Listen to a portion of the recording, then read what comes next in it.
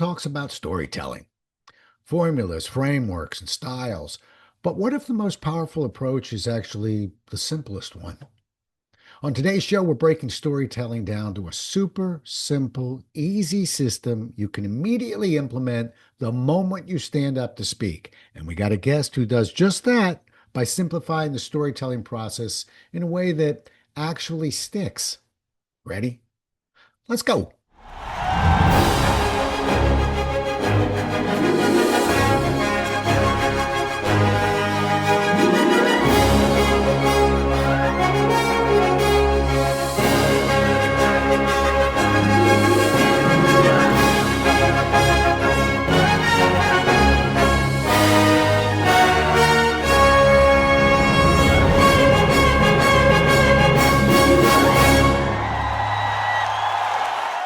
Today's guest, Rob Biesenbach, delivers keynotes and workshops for great organizations including AARP, Coca-Cola, Kodak, and Lockheed Martin, to mention a few. He's written a popular book on storytelling that sold over 100,000 copies, and in the business world, that is a big number. And he's a Second City trained actor, improviser, and storyteller. Now, I'm going to let him take it from here because he'll do a better job of telling his journey than I will. So welcome to the show, fellow Rob. The floor is yours. Tell us your story. Thank you so much, Rob. About 15 years ago, I came to a critical crossroads in my career. And the decision I made then fundamentally changed the entire direction, not just of my career, but of my life. Now, just to back up, for much of my career, I had been in traditional corporate communications and PR roles, a VP at a PR firm, government, nonprofit. And it was rewarding and fulfilling, but I couldn't help but feel that something more was calling to me. So in the early 2000s, I signed up for classes at Second City in Chicago, the birthplace of people like John Belushi and Tina Fey and hundreds of others. And I fell in love with it. I threw myself into it. I was doing improv, sketch writing, screenwriting. I moved into acting, theater, commercials. And within a couple of years, I'd built up an entire second career as an actor.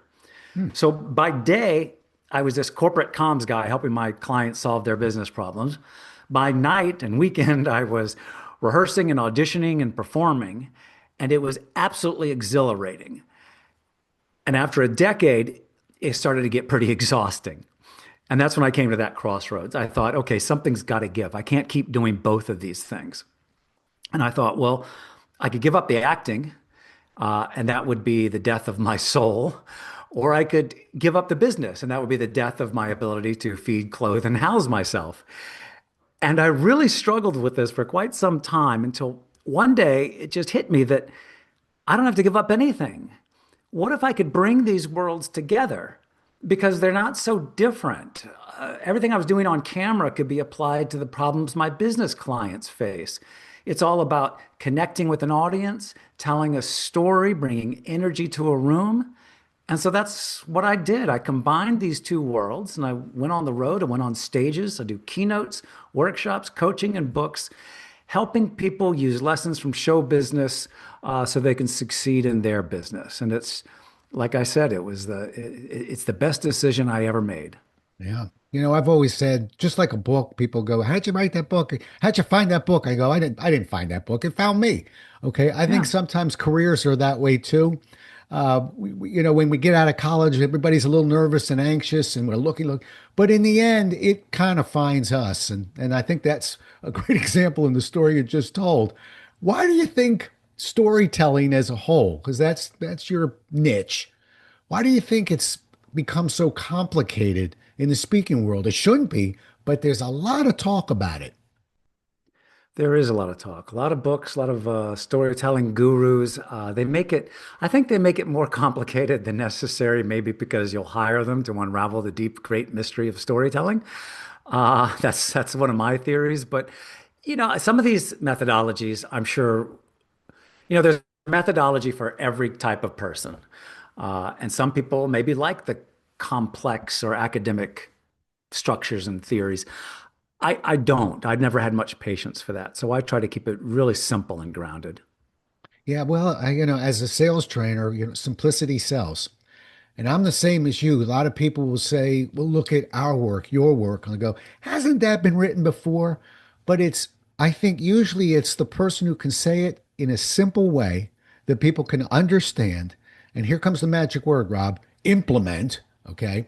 Yeah. That makes us an author or a speaker. It's not that we invented storytelling. I didn't invent sales Right. training or selling, but we learn a way of communicating that people can grasp, understand, and go out and utilize. And that's what makes us valuable. Yeah. And it's really pointing out something that everyone can instinctively do, and some do it better than others, and but we all are capable of doing it. We just need to know have a few simple tools to guide us, I think. Well, we're going to pull out those simple tools, and All right. Giles is going to throw in a few of his own. And what I love about my show is half the tools I throw out, I have subject matter experts who go, no, don't don't do that, and I'm making notes and correcting it. So if I've got it wrong, you tell me. I don't get upset. I get energized when I hear that. But where do you think most presenters, when they tell a story, where do you think they tend to lose the audience when they're doing it?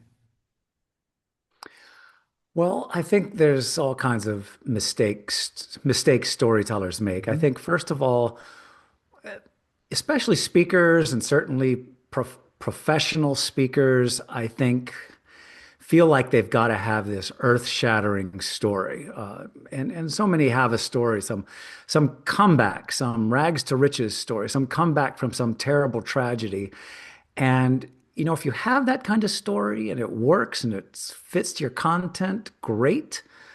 But not every story has to be so earth-shaking. And this is, I think, what gets in the way of just regular, ordinary people telling stories because they see these things. They say, "Oh, I don't have a story. I can't make people cry. It's not TED Talk worthy. It doesn't have to be." Well, I agree with you. There's got to be something that holds that audience. You know, you walk the walk, Rob. One of the things that I'm always challenged with, and even as a podcast host, and I've got about 600 of them under my belt. Very careful with this show before when I prep and we had conversations of, okay, I'm going to give you 90 seconds. I didn't because I know you're a storyteller. I frequently will put a clock up on the screen of 90 seconds because that's the first story I'm getting. And frequently I'm losing my audience because it's fascinating to the storyteller. Wait till you hear, I started in Topeka and then I baked bread and fascinating, but it's not always that exciting for the audience. So right off the bat, you had me at a real trim opening story. I'm going to tell you my life, but I'm going to do it in about 90 seconds of how we got here. But I think that's one of the first stories we have to tell. And I think frequently people fumble it. Yeah, the story of who we are. It's very, very hard. It's hard to be objective about ourselves and stand outside of ourselves and figure out what's the more important detail and what's the less important one. And it's all psychology too. It's about knowing yourself, and knowing your audience. All right. Well, now let's make good on the hook. Okay. And the hook says, we're going to simplify this. Now, I'm a process guy, former Xerox guy, Hmm. if you haven't done your Jollis research, which means Hmm. I like to process everything because then we can make it repeatable and predictable. And we'll Yeah. and folks who are listening, we always stylize. You can always put your style in it, but there's a few process moves. Give me a couple process moves. That book has sold over 100,000 copies. And congratulations, Rob. Uh, I already know without looking at the book, the only way a book can be successful, that kind of success, is people are reading it and they're understanding it, okay? And they're Yeah. telling others about it. So Yeah. simplify it a little bit for me. Give me a couple process moves that a listener or Rob Jollis can make when he gets up to tell some stories. Yeah, yeah, there's a few processes. I mean, one, there's a process for finding stories. There's a process for telling, structuring stories.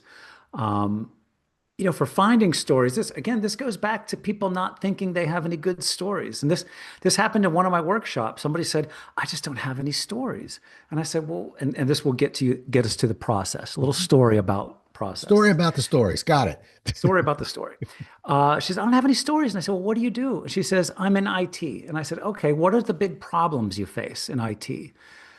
And then she lit up. She goes, "Oh, users by which she meant people. They do the dumbest things. They download viruses. They succumb to phishing scams. They pour Diet Coke on their keyboards. And I said, well, do you have any I didn't say stories. I said, do you have any examples of people who have done careless things with their systems and gotten into trouble? She goes, oh, I got lots of those. I'm like, those are your stories, or at least the source of your stories. Because you can tell people, you can recite process and procedure to your blue in the face. Don't do this, don't do that. Or, and actually I would say, or you can tell a story that vividly illustrates the real life consequences of people's actions. This is why you shouldn't do this because, somebody over in purchasing, this thing happened to them. And it's that simple. That's how you find stories. You think about who's your key audience you're trying to reach. What are their big problems, issues, concerns? Where have you encountered these in your work or in your life? And can you weave a story based on that? You'd make a list. I call it like a storytelling audit. Got it. Well, what happens when, and I have clients do this with me. I actually had a client a couple years ago who entered into a contract with me to simply look at the stories this person wrote and shorten them, Yeah, yeah. which was very odd. But I don't even want to give gender on this one. This particular person wrote down every word of the story, and the stories were 2 and 3 pages long. And Mm, my task, which I happily accepted, was to shorten those 3 pages to about 5 sentences. Uh, but okay. how do you help? I think maybe this is me projecting on you. I think one of the issues I see is not a bad story. You're just taking forever to tell the story. Yeah. How do you shorten that? Well, you look for the. I have a couple of different analogies I use, and different people react to them different ways. A lot of people like the tree analogy. So I throw up this slide of this tree with the branches, big tree. Storytelling, when you're telling a story, start at the base of the trunk and follow the trunk to the top in more or less a straight line. Anytime you start to feel like you're going out on those branches or twigs, that's a possible tangent or a dead end or just an aside that may be interesting on its own, but doesn't really contribute to the central through line of the story. It's just, it's a nice to have thing, but not critical. So I try to focus them in on that. And another analogy is we've all watched deleted scenes from films back when there were DVDs, and we think, "Oh my God, such a great scene. They should have kept that in." And what does the director usually say for why they cut this great scene? And there's a couple of reasons, but You asking what do me? you think? Well, Yeah, I would yeah. think one, it's tedious, it's just going on too long, or it's not contributing to the plot the way we It's want to. not, yeah, it's not driving the story forward. Mhm. You could have just the most amazing little anecdote that's just rich and just fascinating, but if it's not supporting the central theme of your story, it's got to go. Do you have a tool that helps people do that? Because I have a little kind of filter that I put on some of the stories that I'm trying to tell to keep me in my lane. Because I run into something, I created a name for it.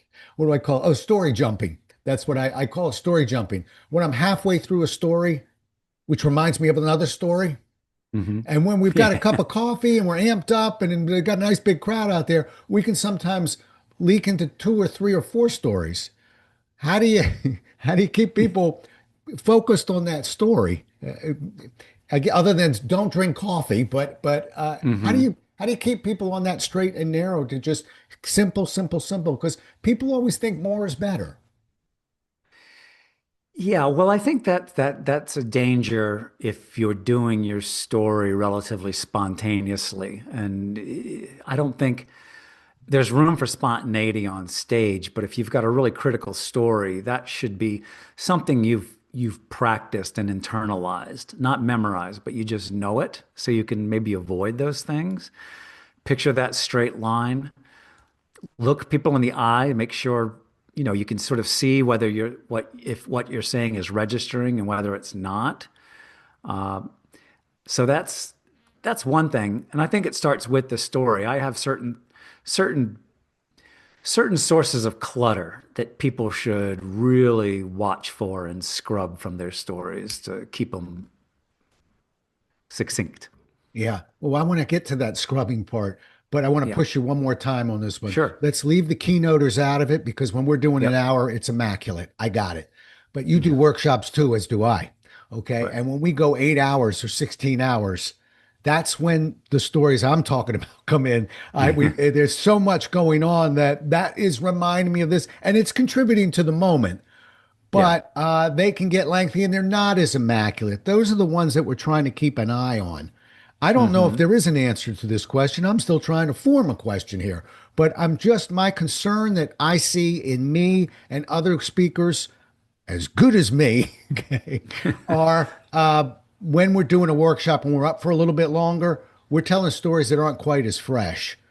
I'm trying to put some Hmm. guardrails on that. And I've got a guardrail that I use. I just want to know if you have one, and I'll throw mine at you. A guardrail to what to keep Let my me give you an stories. example. Why tease you? Yep. Here's my guardrail, Rob. Okay. Okay. Thank I you. force myself at the end, no matter how good that story was, how clear it was to me, how well told, I force myself to almost always say, and I tell you this story because, Rob, and Hmm. then it forces me get at the moral of the story because it's very clear in my mind. Only a knucklehead wouldn't be able to follow me. But believe Hmm. me, I've listened to tapes and watched and thought, how could anybody stay with that story? So Yeah. I put that guardrail on it, Rob, to force me to at least bring it home. Yeah. That's an example of a guardrail. I'm not making up the term, but are there any tricks of the trade a little bit that you know to kind of keep these stories short and on point? Yeah. Well, one thing I learned, and this is going back to professional speaking, actually, when you're out there speaking, you get recorded on video, and you use that video for various things. And I found earlier in my career, I would be very spontaneous, and I would have little asides, little tangents, little side jokes. And I'm looking for a nice video of a clean video of a story, and I'm pinballing all over the Mhm. place. And so for me, and that's just like you were saying, and it's one thing if you're Now sitting you're on down it. with a friend and coffee and everything like that, but Yep. it's almost like you have to push out the energy. You have to bring the energy, but you gotta really, it's like a real push pull dynamic. You also have to hold yourself in and discipline yourself. So I've become really try to be as enormously disciplined as I can in the way I answer questions and the way I tell stories just to keep them tight. And I don't know how else to, other than just, it's almost like a physical thing. I'm relaxed on stage. I feel good on stage. I'm comfortable, but I still have that tension Yeah. of keeping it tight. Right. Yeah, and I refer to it as being as anxiousness. I don't fear being anxious. I fear being nervous. I don't even like the word. Hmm. But I don't have a problem with being anxious. Anxious means I'm here, I'm good, I'm ready to go. Yeah. So I can channel that into the energy that you're talking about. Yeah, I guess we're at a point now where sometimes that energy uh, we can lose control of it a little bit. I mean, it's our Yeah. greatest asset, Rob, and yet it can counterbalance us a little bit. So, sometimes for me, as I said, I'll make sure I clip the end. Maybe when you've snuck in a piece, maybe you didn't sneak it in. I just want people to hear it that you're listening to yourself, you're watching yourself. I don't think speakers do that enough. Oh, And yeah. and that's where you'll see a story you thought you told real well was all over the place. And Yeah. I'll be critical of myself in this podcast and tell you about 5 minutes ago, I really did have a question that was all over the place. And I was trying to kind of hone it in and I sort of simplified at the end, but I was twitching on this side going, come on, Rob, just like a story, simplify the question and release the question. So, Hmm. but I'll do better next time. That's the kind of thing I'm looking for. I'm looking for some process moves, which you're giving us, and some Hmm. ways to monitor what we're doing because we can be unconsciously incompetent. We don't know. We don't know. So, any Right. other thoughts other than watching? We know and watching ourselves. Anything we can do while we're on stage? to maybe keep an eye on this? You're watching the audience. Hmm. I tell, I ask people this question in my workshops. Have you ever been in the audience and one of your colleagues or somebody else is up there giving a speech or presentation and they're absolutely bombing?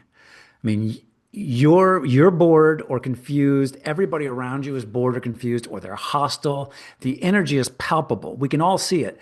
And I say, well, why do you think the speaker? You sit there thinking, why can't you see this? So I'll ask you, as an audience, why do you think that they don't know that they're bombing?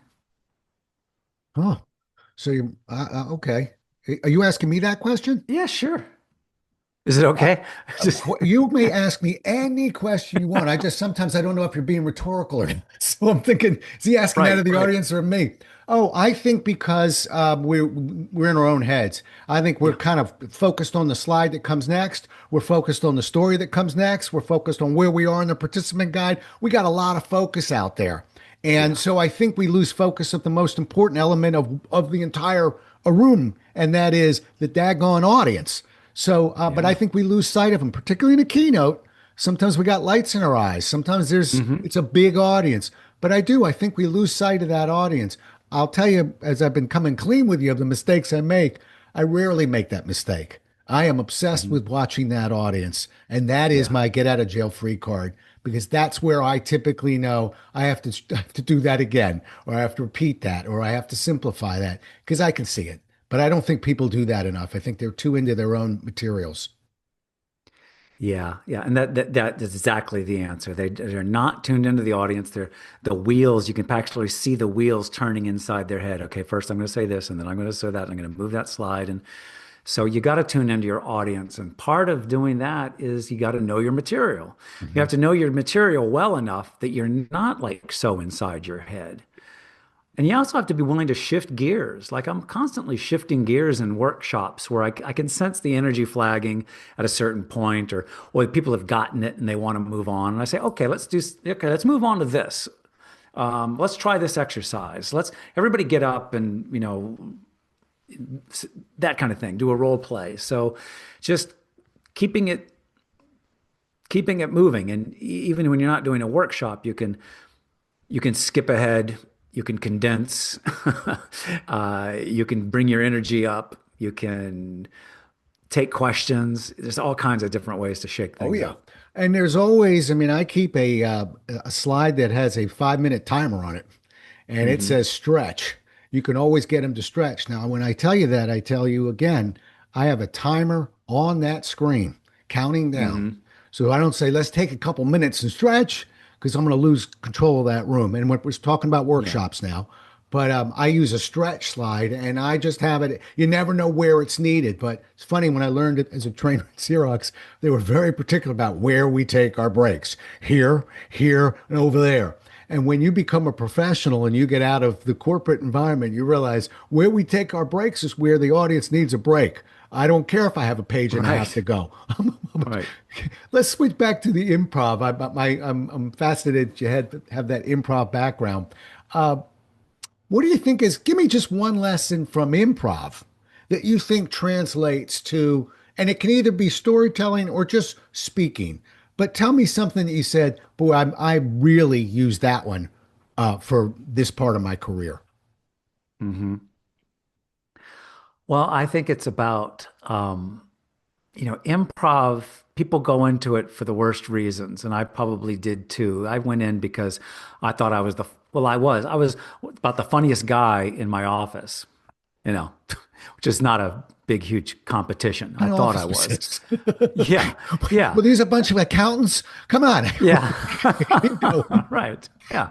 No big. So, you go into here, and these are really funny people. And so I was going in at like, I'm going to make everybody laugh. I'm going to be the star of the show. I'm going to do this. And it took me a while to like break myself out of that habit of just improv is really about listening, tuning in, making your scene partner look good, giving them gifts, a gift of a suggestion, a gift of just a great line for them to build a story on. And so that's improv really taught me about getting outside of myself and thinking of others, which was a really important lesson. Yeah. And I've done a little improv myself, and my kids were very involved in college, et cetera. A lot of the universities actually have improv teams that compete Yeah. nationally. So I have two kids that were on improv teams. So I got Oh. to look at a lot of it. The piece that I pull from it, Rob, is trust. Uh, in an improv, you're trusting the actors around you, but when we're speaking, we have to trust ourselves. And I think Hmm. the more, and a lot of times that comes with repetition and practice, but the more we trust ourselves, the more authentic we can become. We want to develop that muscle memory. So to me, that's what I learned from improv is don't think so far ahead. Just be in the moment and trust yourself. And don't be afraid to pause. Right. Right. The people fear the silence. The trusting yourself is so critical. Just people get so worked up. And I'm like, study your material, know your material, study your audience. Who are they? What are their needs, concerns, issues, possible objections? What's their mood? Know them as well as you can. Know your audience, know your material, know yourself. Go in there and say, you've got this. Yeah. Yeah. Yeah. And how can if you go with that mindset, believe me, all of a sudden you're going to say, boy, I felt more articulate today. Yeah, it really loosens up. I think that's one of the values of improv. I struggle, boy, when your kids are on stage in improv, it's a nightmare for a parent. Only because, my son then did some sketch comedy, things like that. I like when they've got it written out, they know where they're going, Me too. I like sketch but a lot more than improv. me too. However, boy, you want to learn how to think on your feet. There it is. And so I've actually done some interviews at UCB in New York and LA and Second City in Chicago Hmm. just for a book that I was working on once because in sales, I'm trying to most salespeople know they have to ask questions. They're a little bit concerned they can't think of the questions fast enough. So actually, Mm. the improv community sort of helped us out with that one a little bit because we got into some exercises they do with questions, which I'm sure you're familiar with. Uh, all right, let me ask you this: if someone were speaking tomorrow, all right, and they're listening right now, what's the simplest way they could improve a story that they're already telling? So they've got a story; it's in pretty good shape but I can't call it a 10 out of 10 or I wouldn't touch it. So it's a good story. It's not a great story. What's one tip Hmm. to make it a better story? One tip. Well, it's a tip. It's one tip in three parts. I'll take Just for go how, ahead. Yeah, floor is yours. yeah. Nancy Duarte talks about stories being experiential, hitting on various levels, the physical level, the emotional level, and the intellectual level. So test your story. Use this yardstick intellectually. Can people relate to this story? Is it about something they can relate to? Um, And if it's about woodworking and nobody's woodworkers, what can they relate to? They can relate to pride in a job well done, or focus, or whatever it might be. So they can relate to it emotionally. They feel something. They feel some level of emotion. And again, it doesn't have to be huge. And physically, it could be, they don't have to cry or fall out of their chair laughing. It could be a smile or a nod or a glimmer of recognition that says, okay, I get it, or they get me. So check your story on those three levels of relatability for people. If they're involved in it in all three of those ways, chances are you've got a good story. Love it. Great answer, Rob. Really, that you nailed that one. You've been nailing them all, but I really like that one. uh, all right, coming down the home stretch. Um, I think that sometimes people feel like, and I hate to keep pushing on you, but you're the story man to me. I think that sometimes people feel nervous about telling a story because they feel like they're performing. Okay. And not everybody, Hmm. I'm also a former actor, so not everybody's got acting in their blood, and they're still very interesting and wonderful speakers. Not Yeah. as good as the two Robs, but they're very good anyway. But I think one of the concerns I hear, particularly on this show, and when I'm coaching people, is the concern of I don't want to look like I'm performing or acting when I tell this story. Yeah. I got an idea, but I'd like to go second, unless you want me going first, and I'll go first. But you're my guest. Okay. Here's, I think, a way to get around that performance thing is, this is a tip I used to give a long time ago, but like, don't go Googling for stories. Don't use other people's stories. Don't use stories you found online. First of all, they're not going to be original. And second of all, you're not going to be connected to them. Stories are all around us. And if you have a system, if you have your radar up, you'll find stories everywhere. And if it's your story, ideally, it shouldn't be a performance because you are living it and feeling it in the moment as you say it because it's real to you. Yeah. All right. Now I don't have anything really to add to that because it's exactly what I was going to say. Exactly. Just, Oh, well, I'll tell you the words you got that were exact. I would have told a little bit better, but no, I mean, you did great. Uh, the idea is be in the moment. You got to be in the moment. It's sort of like, remember as an actor, when you, one of the most important lessons we learned was, understand your character, know your character. We'll get to the lines in a minute. Get into character, and the lines are easy. Why people think mhm. learning the lines first and then studying a character, I could never understand that. But Mhm. the lines are easy once we know the character. And so I like to kind of stay in character. If we do that, I think there's little we can fear because people like a human story. People like a story that feels authentic. It doesn't. It's not supposed to be perfect. It's not a manicured Right. lawn. It's a story. Hmm. So, and I Yeah. think you've hit on some great points of let's just not tell the story for too long. Let's make sure that we get to the point of the story. Let's make sure it connects. I'm summarizing you right now, Rob, No, because it's these are great. all some of the points you've been bringing out today. And I'd like to think on this show we don't have to do a whole lot more storytelling because I don't think we need to make this more complicated than it is. And I love what you just landed on. Boy, if we're in the moment and we're feeling that story, pitch, pace, pausing, they'll all come. We don't have to we don't have to mark up a script because we're in the Yeah. moment. Yeah. Exactly. Exactly. Yeah. Yeah, all right. Well, I was just freshening up what you said. No, I like it.